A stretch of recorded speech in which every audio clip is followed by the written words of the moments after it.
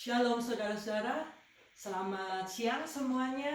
Kita boleh bersyukur pada Tuhan, kita saat ini boleh berjumpa lagi dalam minggu kedua untuk ibadah online kita. Kita bersyukur meskipun saat ini kita tidak bisa berkumpul, tapi Tuhan masih memberikan kita kesempatan untuk kita bersatu hati memuji dan memuliakan namanya. Saudara-saudara di rumah, kami di sini, biarlah kita boleh bersatu hati untuk meninggikan Dia dan nama yang dimuliakan. Kalau kita bersatu hati, satu dua orang bersatu hati, Tuhan hadir di tengah-tengah kita. Amin, saudara. Amin. Saya percaya meskipun keadaan krisis saat ini dialami di seluruh dunia, tapi kita tahu kita punya pengharapan karena kita punya Allah, namanya Yesus Kristus. Mari naikkan pujian ini untuk pembukaan, yaitu hatiku percaya, tetaplah percaya, Dia tetap setia.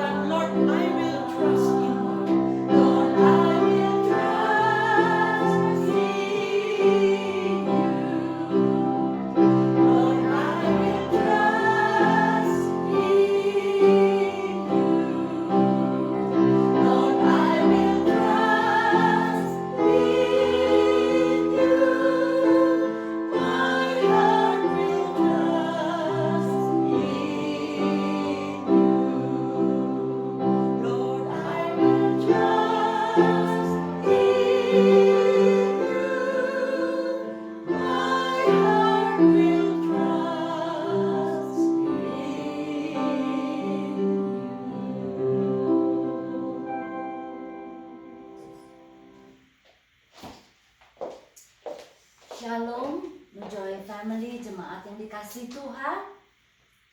Doa saya kita semua sehat dan dalam perlindungan Tuhan Allah kita yang selalu menyertai kita. Kolose 3 ayat 17 mengatakan, dan segala sesuatu yang kita lakukan, baik dengan perkataan atau dengan perbuatan, lakukan semuanya dalam nama Tuhan Yesus sambil mengucap syukur oleh Dia kepada Allah Bapa kita. Mari kita berdoa. Bapa kami yang di surga, anak-anakmu harus sebagian bekerja di rumah, belajar dari rumah, dan saat ini kami beribadah dari rumah kami masing-masing. Terima kasih Tuhan, karena Tuhan mengatakan bahwa segala sesuatu yang kami lakukan dalam nama Tuhan kami Yesus. Dan kami juga harus bersyukur oleh Dia kepadamu Allah Bapa kami. Terima kasih kami masih bisa beribadah Tuhan Yesus. Terima kasih kalau hati kami adalah rumah Roh Kudus, tempat Engkau bersemayam. Biarlah kami saat ini boleh memfokuskan hati kami, pikiran kami, boleh memuji Engkau Tuhan, boleh berdoa, boleh mendengar firman Tuhan, dan kami boleh mengucap syukur untuk semuanya. Kami menyerahkan ibadah kami. Kami akan memulai ibadah kami. Kami tahu segala pertolongan kami datangnya dari Allah Bapa, pencipta langit dan bumi. Kiranya Allah Tritunggal, Allah Bapa, Allah Putra, serta Allah Roh Kudus memberkati ibadah kami. Amin.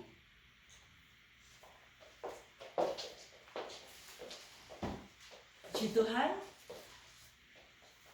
Masih mau terus menaikkan pujian saya. Saya percaya setiap kita mungkin merasa takut, merasa gelisah dengan apa yang terjadi saat ini. Tapi saya rindu mengajak kita semua untuk menaikkan pujian kita yang berikutnya. Dia tidak pernah gagal, untuk mengingatkan setiap kita. Kita punya Allah yang tidak pernah gagal.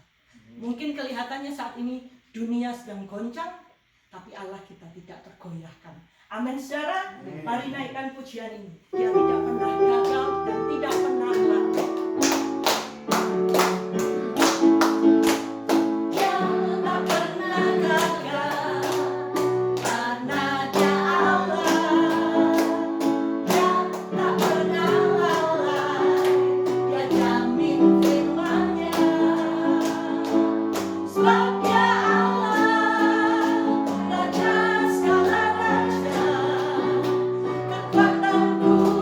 Perisaiku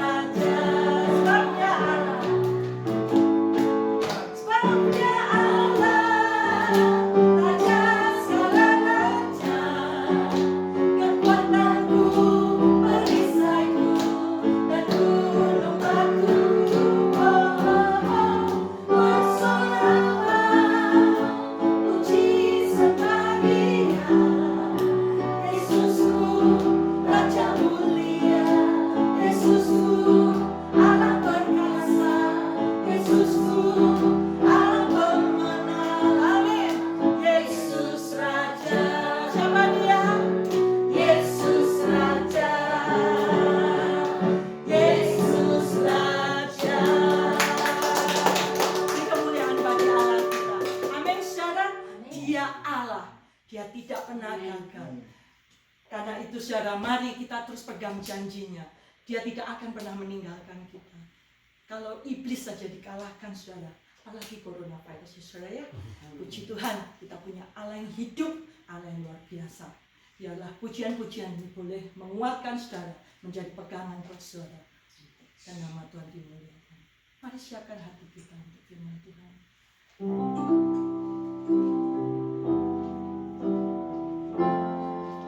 Naikkan pujian ini dengan sepenuh hati. Percaya bahwa Dia ada bersama kita.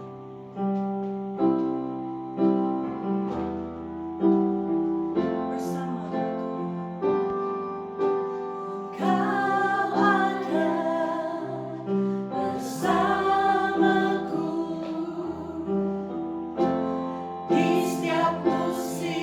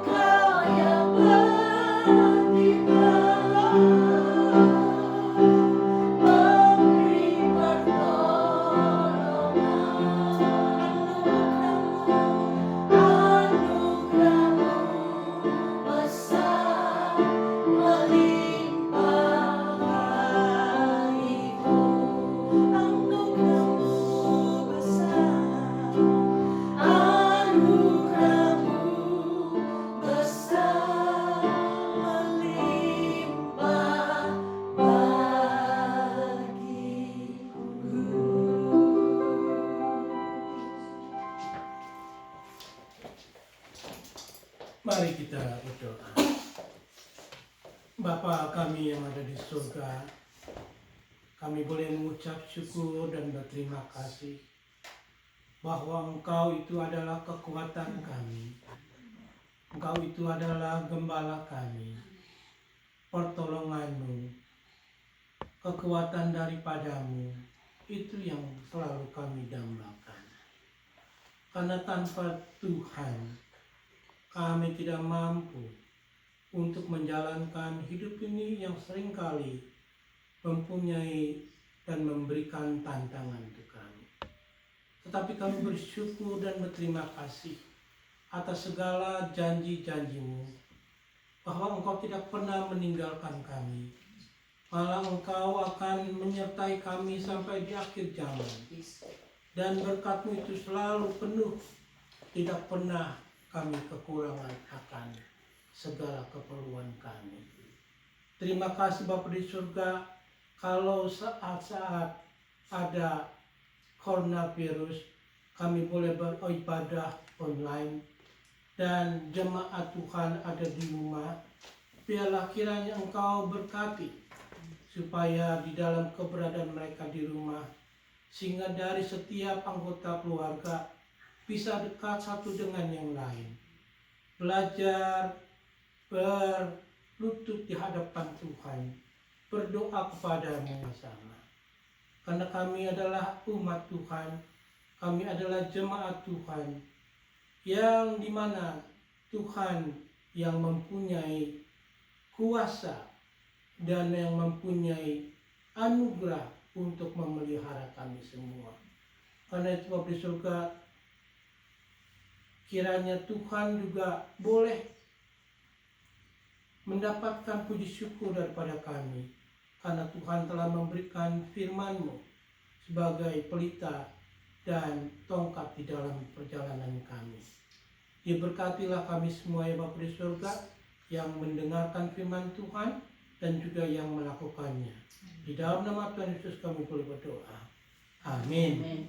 Selamat siang saudara-saudaraku yang dikasihi Yesus Kristus dan juga mengasihi Tuhan Yesus.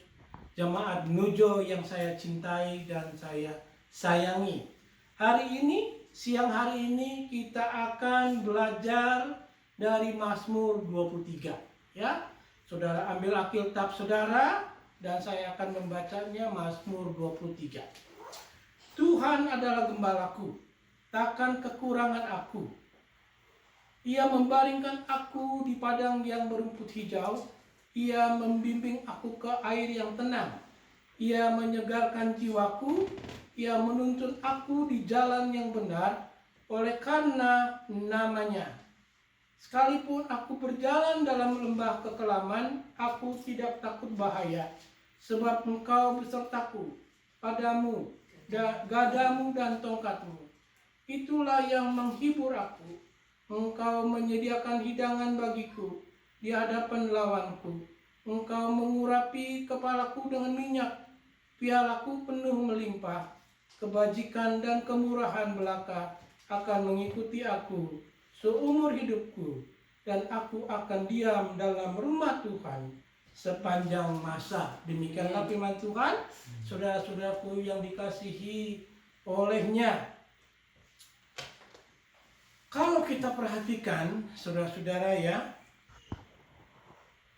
di dalam sejarah negara Amerika tidak pernah government itu menutup gereja. Tidak pernah ya. Gereja dianggap satu institusi yang mulia. Dan tidak pernah kita kalau ke supermarket itu harus take line. Ya, harus berbaris. Kalau pertama-tama, di hari-hari pertama orang berbaris untuk memborong, tetapi kalau sekarang mereka berbaris untuk menjaga social distance, ya. Dan jangan lupa bawa mask. Kalau saudara pakai mask ke tempat umum itu menjaga kesehatan saudara, ya. Dan juga kita baru 1 minggu ini tidak ke gereja. Saya saudara saudara juga pasti miss saya. Ya. Kita baru 1 minggu merasakan untuk sebagian orang tidak punya pekerjaan. Ya. Nah, sekarang kita bertanya, sampai berapa lama? Bisakah kita melewatinya 1 minggu lagi, atau 2 minggu lagi, atau 1 bulan dengan tersenyum, dengan tidak mempunyai panik yang berkelebihan? Akankah bertambah baik atau bertambah buruk? Kita tidak tahu. Ya. Tetapi yang kita tahu, seperti yang tadi kita baru saja baca, Mazmur 23, bahwa kita mempunyai gembala. Itu yang menguatkan hati kita semua. Ya. Saya mau saudara perhatikan dari ayat ke ayat begitu baik perikop ini untuk kita renungkan oleh saudara di rumah. Antara kalian sendiri di rumah dan juga saudara bisa sharekan dengan kawan-kawan. Ya. Mana kita mempunyai gembala yang agung. Seperti ditulis di ayat 1, Tuhan adalah gembalaku, takkan kekurangan aku. Seperti apa gembala itu? Gembala selalu memperhatikan domba-dombanya. Ya. Domba-dombanya lapar, dia membawa domba-dombanya ke rumput hijau untuk domba itu makan. Pada waktu domba-domba itu kehausan, gembala tugasnya membawa domba-domba itu ke air untuk diberikan minuman. Dan kalau ada domba yang sakit, itu tanggung jawab gembala untuk menolong domba yang sakit. Karena domba tidak bisa mengurus dirinya sendiri. Sehingga haruslah ada gembala yang bisa menyembuhkan dan merawat domba yang sakit itu. Demikian juga saudara-saudara, ya. Kalau kita renungkan, itu tepat sekali untuk kita semua. Ya. Kita ini adalah domba-dombanya Tuhan. Kita membutuhkan pertolongan, kita datang kepadanya. Kita berdoa kepadanya. Kita minta pertolongannya. Pada waktu kita diberkati, kita bersyukur kepada Tuhan atas segala berkat-berkatnya. Ya. Saudara perhatikan, dari kita semua di sini, kita mempunyai tempat tinggal. Kita mempunyai baju, kita mempunyai makanan. Saatnya kita renungkan atas segala kebaikan Tuhan yang Dia berikan kepada kita.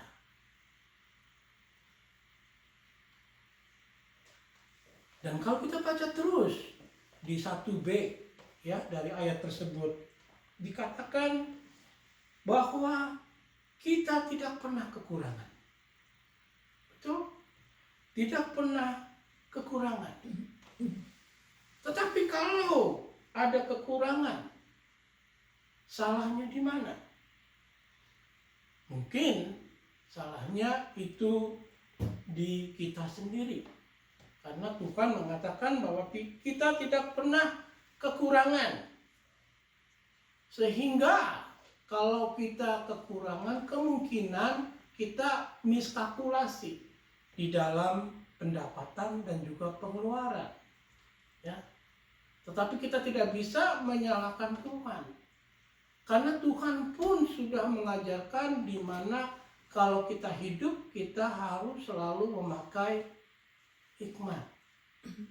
Dan Tuhan sudah menyediakan apa yang kita perlukan. Contohnya, di Keluaran 16:18. Tuhan ini yang menyediakan dan mencukupi. Ketika mereka menakarnya dengan Gomer, maka orang yang mengumpulkan banyak tidak kelebihan, dan orang yang mengumpulkan sedikit tidak kekurangan. Tiap-tiap orang mengumpulkan menurut keperluannya. Ya. Jadi kita diajarkan untuk melatih diri kita supaya bisa membedakan apa yang kita butuhkan dan apa yang kita ingini. Ya, yang kita butuhkan itu pasti akan dicukupkan oleh Tuhan. Tetapi kalau kita mengingini, itu tidak ada batasnya. Ya. Nah, di ayat 1 lagi di Ulangan 2 ayat 7 ditulis begini. Sebab Tuhan Allahmu memberkati engkau dalam segala pekerjaan tanganmu. Ia memperhatikan perjalananmu melalui padang gurun yang besar ini. Ke-40 tahun ini Tuhan Allahmu menyertai engkau dan engkau tidak kekurangan apapun. Berapa puluh tahun Tuhan menyertai? 40 tahun. Sampai yang di 40 tahun itu Musa mengingatkan bangsa Israel, sampai yang 40 tahun ini pun engkau tidak pernah kekurangan. Jadi benar apa yang Daud tulis itu, bahwa Tuhan adalah gembala kita dan kita tidak kekurangan. Asal kita hidupnya hanya yang berkecukupan saja. Ya, yang berkecukupan saja. Itu ayat pertama. Yang pertama, karena mengapa, saudara-saudara? Tuhan itu selalu ingin membimbing kita. Dia selalu ingin mengajarkan kita. Sehingga di ayat kedua, dia membuktikan bahwa dia itu gembala yang selalu memelihara kehidupan kita. Di ayat kedua, ditulis begini. Ia membaringkan aku di padang yang berumput hijau. Ia membimbing aku ke air yang tenang. Ya? Pasti Tuhan tidak judo sama Daud, yang banting Daud berbaring. Nah, ya pasti ada maksud lain, yaitu membaringkan itu paralel dengan membimbing. Artinya Tuhan membimbing kita. Tuhan membimbing Daud. Tuhan membawa atau membimbing domba-dombanya ke rumput yang hijau. Jadi kita nggak usah takut dalam hidup ini, ya, karena ada yang membimbing kita, ya, dan dia membimbingnya juga dengan lemah lembut, ya, dia pimpin kita. Dia bimbing kita, dan pada waktu dia bimbing kita, selalu dia bimbing kita ke tempat yang baik untuk kita, ya, yang baik untuk kita.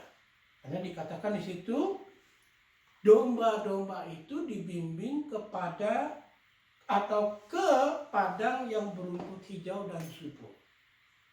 Saudara pernah lihat kalau domba-domba di padang rumput, ada dua hal yang domba-domba itu lakukan, yaitu apa? Domba-domba itu akan berbaring. Ada yang sebagian yang masih merumput, ada yang sebagian ambil duduk berbaring ngunyah. Nah, jadi domba itu merasa nyaman, ya, merasa nyaman, ya, merasa nyaman. Lalu juga dikatakan bahwa Daud menggambarkan bahwa domba-domba itu seperti domba-domba yang sedang beristirahat sambil menikmati makanannya. Ya. Nah, sebenarnya itu juga yang harus kita lakukan sebagai keluarga Tuhan. Ya. Kita pulang kerja, pulang ke rumah, berkumpul sama suami, istri, anak-anak, dinner, menikmati fellowship, menikmati makanan, sambil ngobrol, setelah itu nonton TV, ya, sampai nanti saatnya kita pergi tidur, maka beristirahat sampai kita besok boleh bangun pagi dan kembali lagi untuk bekerja. Sebenarnya kita sudah diberkati seperti itu oleh Tuhan. Ya, kembalikan suasana keluarga seperti itu. Ya, pada waktu kita pulang ke rumah, kita nikmati keluarga. Kita nikmati makanan, minuman yang tersedia. Create rumah kita itu menjadi satu padang rumput yang hijau, yang dimana kita mempunyai makanan dan juga kita boleh beristirahat. Kalau saudara mau nonton TV, silakan nonton TV, relax, ya, beristirahat untuk esok hari. Lalu kalau diteruskan, itu Daud menulis domba-domba itu dibawa ke air yang tenang, ya, ke air yang tenang, bukan ke air yang tenang tetapi bau atau tidak mempunyai satu kesegaran sebagai air, bukan yang mandek, tetapi dikatakan ke air yang tenang. Maksudnya Daud tidak akan membawa domba-dombanya ke pinggiran sungai yang airnya deras. Tidak pernah Tuhan memimpin kita ke satu tempat yang berbahaya untuk kita. Tidak pernah kita melihat ada seorang gembala membawa domba-dombanya ke air terjun untuk minum. Mana mungkin bisa terjerumus itu domba-domba.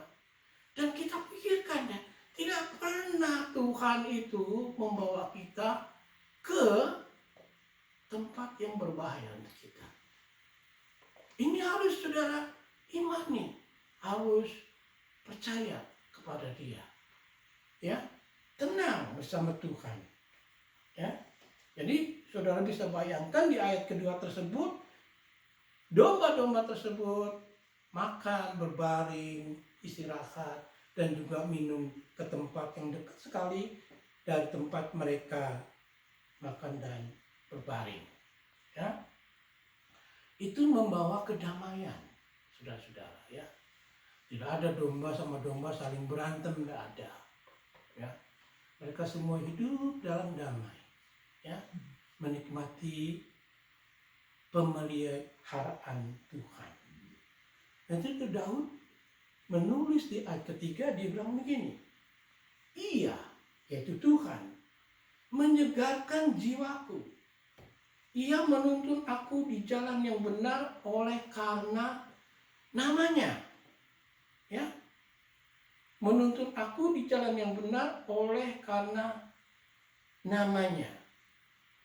Jadi kalau kita fokus kepada jiwa, artinya Tuhan bisa memulihkan, menyegarkan jiwa kita, bisa memperbaiki, merenovasi, mengembalikan kembali kepada kondisi semula.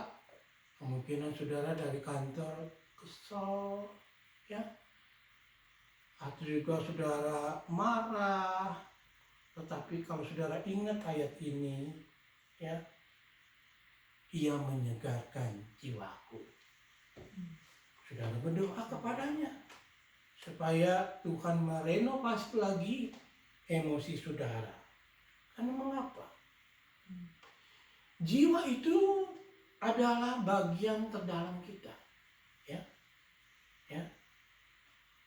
Roh kita, keberadaan kita yang inti itu ada di dalam jiwa kita ini, ya. Nah, kalau misalkan itu terganggu, ya,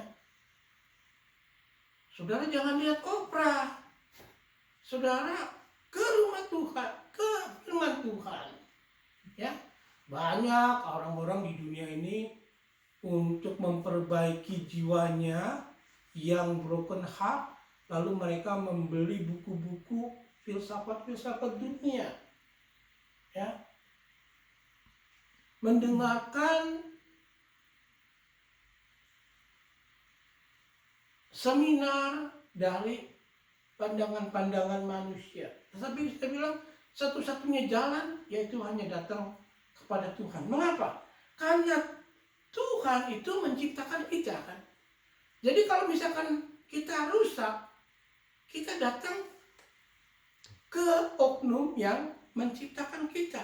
Karena dia tahu apa yang rusak, apa yang kira-kiranya yang perlu dibetulin, apa yang sebenarnya harus dikuatkan kembali. Ya. Jadi janganlah datang ke hikmat duniawi, tetapi datanglah ke firman Tuhan. Karena dia akan memulihkan jiwa kita. Tapi harus ada satu syarat. Saudara harus born again. Saudara harus terima Tuhan Yesus sebagai juru selamat saudara. Kalau saudara terima, maka dia akan memberikan damai dan sejahtera di dalam hati saudara. Ya. Di jalan yang benar. Apa artinya di jalan yang benar? Ya. Semua orang tidak tahu jalan yang benar sebenarnya. Semua orang boleh dikatakan adalah orang-orang yang terhilang. Karena itu orang itu sebenarnya membutuhkan Tuhan. Membutuhkan gembala dalam hidupnya. Mana mungkin kita hidup di dalam dunia yang gelap gulita, yang seringkali kita tersasar, tidak tahu harus bagaimana dan mau kemana, dan kita merasakan dunia ini memang gelap. Apalagi kalau kita sedang mengalami seperti hal-hal yang terjadi sekarang ini, coronavirus. Kalau kita drive kemana-mana, kita lihat membuat kita tuh depresi. Biasanya kita bisa melihat orang banyak, sekarang sepi. Sepi sekali. Membuat kita depresi. Ya. Padahal di luar cuacanya lagi bagus. Ya. Kalau kita lihat restoran, lewat restoran, aduh, membuat kita ngiler. Dulu kita sering ke restoran itu makan. Sekarang itu saudara-saudara, ya. Nah, gini saudara-saudara. Tadinya Daud menulis kita dibawa ke padang berumput yang hijau. Sekarang bagaimana kalau seandainya kita ada di padang gurun yang panas dan gersang? Bisa nggak itu terjadi? Bisa. Ya. Tapi Tuhan berjanji. Tuhan berjanji dimanapun kita berada, Tuhan gembala kita itu ada bersama-sama dengan kita. Jadi kita selalu melihat segala sesuatu itu dari kacamatanya Tuhan. Ya, dari kacamatanya Tuhan. Dimanapun kita berada, padang rumput kek, atau di padang gurun kek, yang kita harus tahu bahwa Tuhan ada bersama-sama dengan kita. Kalau tidak, Daud hanya menulis tentang rumput yang hijau saja. Ya, dia tidak menulis di mana kalau ada jalan yang Tuhan bawa kita ke satu tempat, apa yang harus kita lakukan. Dan jiwa kita itu adalah yang harus dipelihara selalu dekat kepada Tuhan. Di padang gurun kita bersyukur, di padang rumput juga kita bisa bersyukur. Asal Tuhan itu bersama-sama dengan kita. Kemanapun Tuhan bawa kita, Dia akan selalu memelihara, Dia akan selalu memimpin. Karena itu saudara-saudara, kalau kita ingat sejarah atau pengalaman-pengalaman hidup kita, ya, mengikuti Tuhan kan ada up and down-nya kan. Tetapi kalau kita melihat ke belakang, Tuhan tidak pernah sekalipun membiarkan kita. Ya, walaupun pada saat kita mengalaminya kita mau komplain. Nah, itu kita kagum sama Tuhan. Ya. Kita kagum bahwa Tuhan itu untuk menjaga reputasinya, dia tidak akan membawa kita ke satu tempat yang membuat kita tergelincir. Ya. Kalau seandainya kita ada di lembah kekelaman, tetapi dia ada bersama-sama dengan kita, dan dia tidak pernah menyalahi dirinya sendiri atau merusak reputasinya sebagai gembala yang agung untuk membiarkan kita hancur. Ya.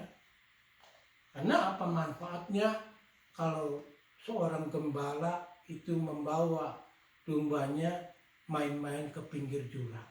Tidak mungkin. Kalau misalkan terjadi apa-apa dengan dombanya, yang rusak namanya siapa? Gembalanya.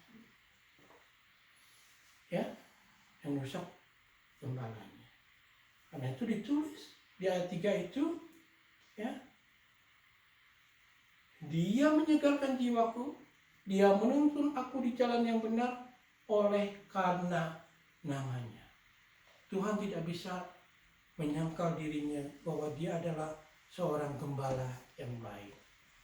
Kalau tidak, dia akan merusak sendiri namanya yang indah dan agung itu. Nah, itu kita benar-benar yakin, kita tahu bahwa dia itu adalah gembala yang baik. Nah, untuk memperkuat ayat yang ketiga, di mana kita tidak selalu ada di rumput yang hijau, yaitu di ayat 4. Tulis begini oleh Daud. Sekalipun aku berjalan dalam lembah kekelaman, aku tidak takut bahaya, sebab engkau besertaku. Gadamu dan tongkatmu itulah yang menghibur aku. Apa itu lembah kekelaman? Lembah kekelaman itu adanya jalan yang curam, gelap. Itu ada namanya ya, bukan Death Valley California, tetapi ada satu valley di Israel yang curam sekali dan gelap sekali, dan di situ banyak serigala. Ya, dan kalau seandainya Daud harus melewati, ya, harus melewati, dan kemungkinan dia melewati tempat itu, tetapi dia bilang apa? Aku tidak takut bahaya, sebab engkau besertaku. Gadamu dan tongkatmu itulah yang menghibur aku. Jadi saudara-saudara, Tuhan itu baik. Dan saya mau berikan kuncinya. Bagaimana saudara mau atau bisa menikmati pemeliharaan Tuhan. Ya. Ada 3 sumber saudara bisa mendapatkan dukungan dan kekuatan dari Tuhan. Pertama, Tuhan telah memberikan firman-Nya. Amin, betul? Ya, untuk membimbing kita. Ya, untuk membimbing firman Tuhan itu selalu ditulis untuk membimbing kita, memberikan kekuatan, mendukung kita, memelihara kita secara rohani. Sehingga saudara-saudara, saat-saat coronavirus ini, waktunya saudara untuk menyisihkan waktu baca firman Tuhan. Baca firman Tuhan. Ya, itu didapat tuh. Dengarkan khotbah, kita adakan, kita berusaha untuk online supaya saudara tidak kehilangan untuk dengar firman Tuhan. Dan yang paling penting itu juga harus melakukan apa yang Tuhan sudah firmankan. Itu pertama. Itu sumber pertama. Ya. Lalu yang kedua, Tuhan telah memberi kita hak istimewa. Apa tuh? Berdoa. Ya. Berdoa. Pada waktu Daud membawa domba-dombanya melewati lembah kekelaman, dia berdoa nggak? Dia berharap nggak? Dia berharap. Tuhan menyertai dia. Ya. Tuhan menyertai dia. Demikian juga pada waktu kita ada di dalam satu keadaan yang kita tidak mampu untuk menolong diri kita, maka kita berdoa. Ya, Sehingga boleh dikatakan lembah kekelaman itu adalah masalah kita. Ya, masalah kita. Jadi itu harus digunakan yang kedua ini nih. Ya, hak istimewa kita yaitu berdoa harus digunakan. Ya, kita harus berdoa kepada Tuhan. Ya, saudara bisa mengalami atau pernah mengalami pada waktu sudah sedang capek, ya, punya pergumulan, lalu saudara berdoa, lalu setelah itu saudara merasa segar lagi, ya, mendapatkan kekuatan lagi, ya, mendapatkan kekuatan lagi, karena kita tahu Dia itu memelihara hidup kita ini. Lalu yang ketiga, Dia memberikan kita saudara orang Kristen. Ya, kalau saudara lihat kiri kanan itu adalah saudara-saudara saudara.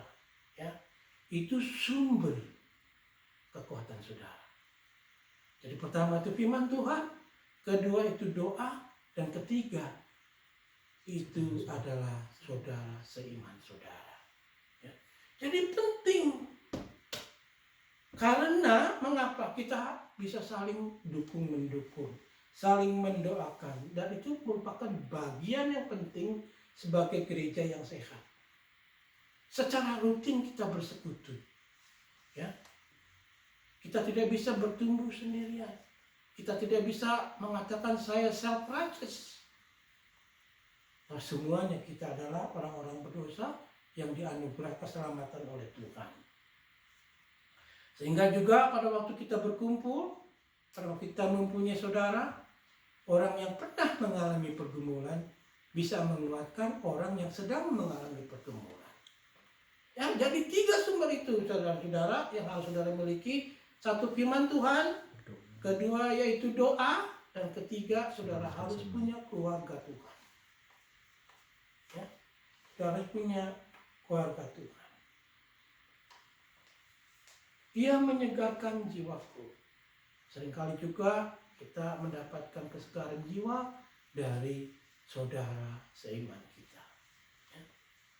Lalu ayat kelima, Engkau menyediakan hidangan bagiku di hadapan lawanku. Engkau mengurapi kepalaku dengan minyak, pialaku penuh melimpah. Saya mau nanya, siapa lawan orang Kristen yang ada di Alkitab?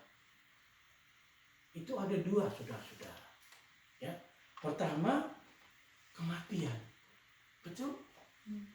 Itu lawannya orang Kristen. Tapi sudah dikalahkan oleh Yesus Kristus. 1 Korintus 15 ayat 22 dan 26 meyakinkan. Ayat 22. Semua orang akan dihidupkan. Ya. Jadi karena Yesus kematian itu dikalahkan. Ayat 26, musuh yang terakhir yang dibinasakan ialah maut. Jadi dikatakan kematian itu musuh orang Kristen. Ya, musuh orang Kristen. Mengapa? Karena Tuhan itu ingin mengembalikan lagi kita ini seperti dulu pada waktu Dia menciptakan kita. Dan satu-satunya musuh yang terakhir yang harus Tuhan kalahkan itu musuh kita yaitu maut. Ya. Lalu yang kedua musuhnya yaitu dunia. Ya. 1 Yohanes 5:4 ditulis begini. Sebab semua yang lahir dari Allah mengalahkan dunia. Dan inilah kemenangan yang mengalahkan dunia, yaitu iman kita. Jadi untuk mengatasi masalah, kita harus percaya kepada Tuhan. Karena Dia sudah mengalahkan maut dan juga masalah. Seperti apa yang Tuhan Yesus lakukan juga Dia mengalahkan segala masalah. Ya. Sehingga kalau kita percaya kepada Tuhan, pasti Tuhan akan memberikan kemenangan kepada saudara. Jadi boleh dikatakan musuh orang Kristen itu ada 2. 1, kematian, ya, tetapi Tuhan sudah menangkan melalui kebangkitannya. Kedua yaitu dunia, tetapi kita bisa mempunyai kemenangan, kita bisa mengalahkan dunia dengan iman kita. Ya. Karena Tuhan tidak pernah menciptakan penderitaan pada waktu dia menciptakan dunia ini. Tidak pernah. Dia katakan apa yang sudah dia ciptakan itu semuanya adalah baik. Hanya pada waktu dosa masuk ke dalam kehidupan manusia, mulailah di situ adanya penderitaan. Dan kita patut bersyukur, ya, karena dari hasil dosa itu pun membawa maut, dan itu sudah dikalahkan. Dan kalau misalkan kita ada penderitaan, kita harus melaluinya dengan iman yang seperti sudah diajarkan oleh Tuhan, ya, yaitu dengan berdoa kepadanya, sehingga lembah kekelaman itu, ya, kemungkinan besar kita akan alami, ya, tetapi kita akan kalahkan juga dengan iman kita, di mana kita percaya satu waktu Tuhan akan menyingkirkan lembah kekelaman ini dari hidup kita, dan kita akan kembali dalam kehidupan yang normal. Jadi kita harus berdoa kepada Tuhan, kita minta tolong kepada Dia. Dan di ayat berikutnya, yaitu diurapi kepala kita dengan minyak, ya. Ini menggambarkan kalau zaman dulu di Israel itu gembala setelah sore hari pulang kandang, lalu dia periksa satu-satu dombanya. Oh, ini ada lecet, lalu dia keluarkan minyaknya, dia urapi, ya, supaya lecetnya itu sembuh, ya. Kalau misalkan ada serangga kegigit serangga, dia keluarkan minyaknya, dia sembuhkan, ya, sehingga domba-domba itu sebelum mereka tidur, mereka sudah mendapatkan penyembuhan daripada Tuhan. Dan dikatakan juga pialaku penuh melimpah. Di dalam kandang itu pun tetap Tuhan menyediakan air untuk gembala-gembala itu minum, supaya mereka tidak demam, supaya mereka tidak sakit. Lalu di ayat ke-6 dikatakan, kebajikan dan kemurahan belaka akan mengikuti aku seumur hidupku, dan aku akan diam dalam rumah Tuhan sepanjang masa. Kebajikan dan kemurahan Tuhan mengikuti sepanjang hidup Daud. Mungkin pada waktu dia menulis, dia rindu sekali untuk ada di bait Allah. Tetapi untuk kita rindu sekali kalau kita bisa pulang semuanya ke surga, ke tempat Bapa berdiam, ya. Karena disitulah tujuan kita sebagai orang percaya, ya, di mana surga itu adalah tujuan terakhir kita dalam hidup ini, ya. Sebagai penutup, karantina itu sudah ada dari zaman dulu, saudara-saudara. Kalau saudara baca Yesaya 26:20 ditulis begitu. Ditulis begini, mari bangsaku, masuklah ke dalam kamarmu, tutuplah pintumu sesudah engkau masuk, bersembunyilah sesaat lamanya sampai amarah itu berlalu. Ya, kita lihat sejarah dalam hidup ini. Mengapa saya mengatakan tentang surga? Karena begini, kita lihat ke belakang. Ini reality. Kita lihat kehidupan kakek nenek kita sekitar tahun 1900, ya. Mereka mengalami World War I, Perang Dunia Pertama. Dan pada saat itu juga 1918 ada Spanish Flu. 50 million di dunia orang meninggal. Di Amerika yang meninggal 675.000. Ya, pernah ada. Lalu kalau kita melihat kehidupan orang tua kita yang mungkin mereka hidupnya di sekitar tahun 1942, 45, mereka mengalami Perang Dunia Kedua. Saya ingat mama saya itu bilang, waktu dulu zamannya susah, orang-orang sampai pakai bajunya harun goni. Ya, nah zamannya kita sekarang, kita lihat, ya, ada tsunami di Aceh, ada tsunami di Jepang, ada 911, dan sekarang ada coronavirus, ya. Jadi hidup ini tidak selalu ada di padang rumput yang hijau. Kadangkala kita ada hidup di dalam lembah kekelaman, tetapi Tuhan itu selalu menyertai kita. Nah, sebagai penutup saya ingin memberikan satu quote dari C.S. Lewis. C.S. Lewis ini adalah filosofer dari Inggris tahun 1942. Dari bukunya namanya Screwtape Letters.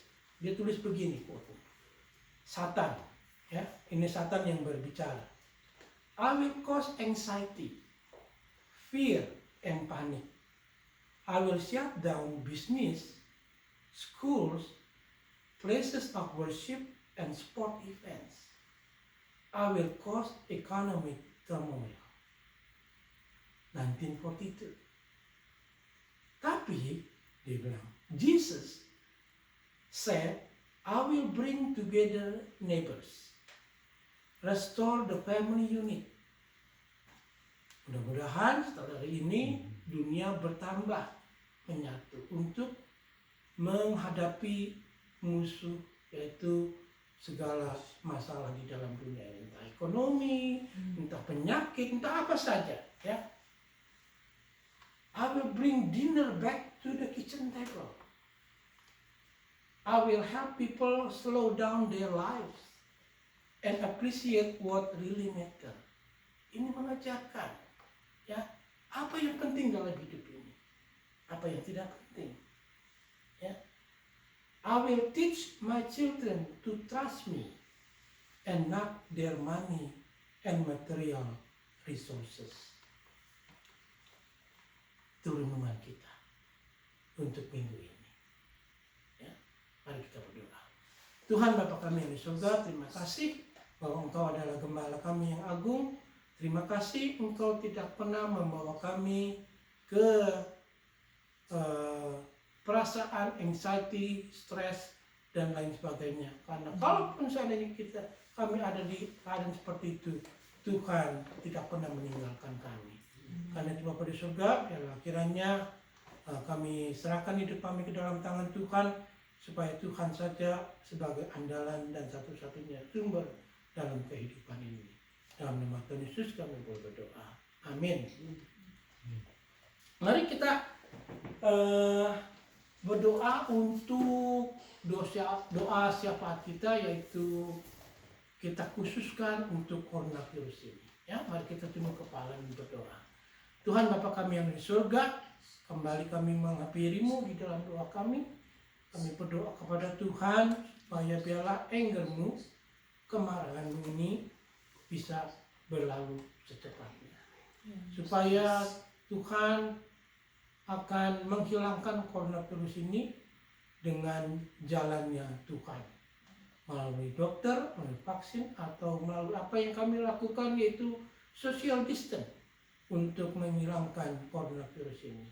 Kiranya Tuhan, kami berdoa supaya setelah ini berlalu, maka biarlah Tuhan akan membuka lembaran yang baru dan kami bisa lebih mengapresiasi, menghargai Tuhan lebih-lebih lagi, di mana Engkau tidak pernah meninggalkan kami.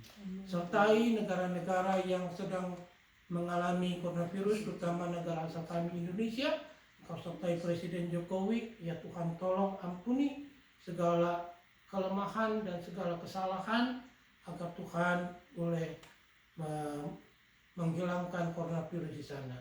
Demikian juga dengan Amerika, ya Tuhan Yesus, biarlah Engkau boleh ikut campur supaya Engkau tidak membiarkan orang-orang banyak lebih lagi berjatuhan, tetapi kami ingin melihat korban-korban menurun dan akhirnya kami boleh kembali hidup di dalam keadaan yang baik dan normal adanya.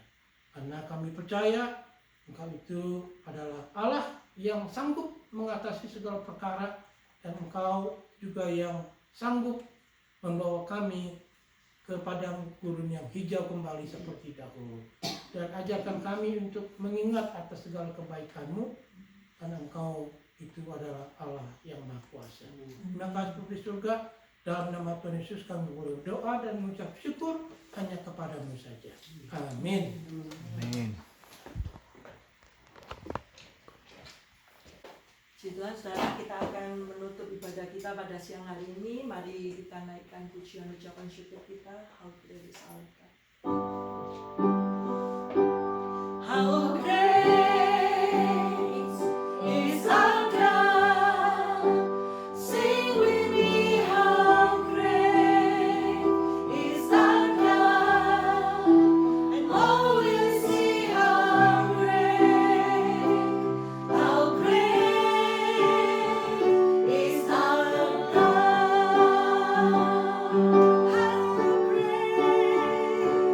How great is our God.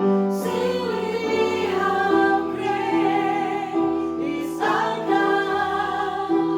All will see how great is our God.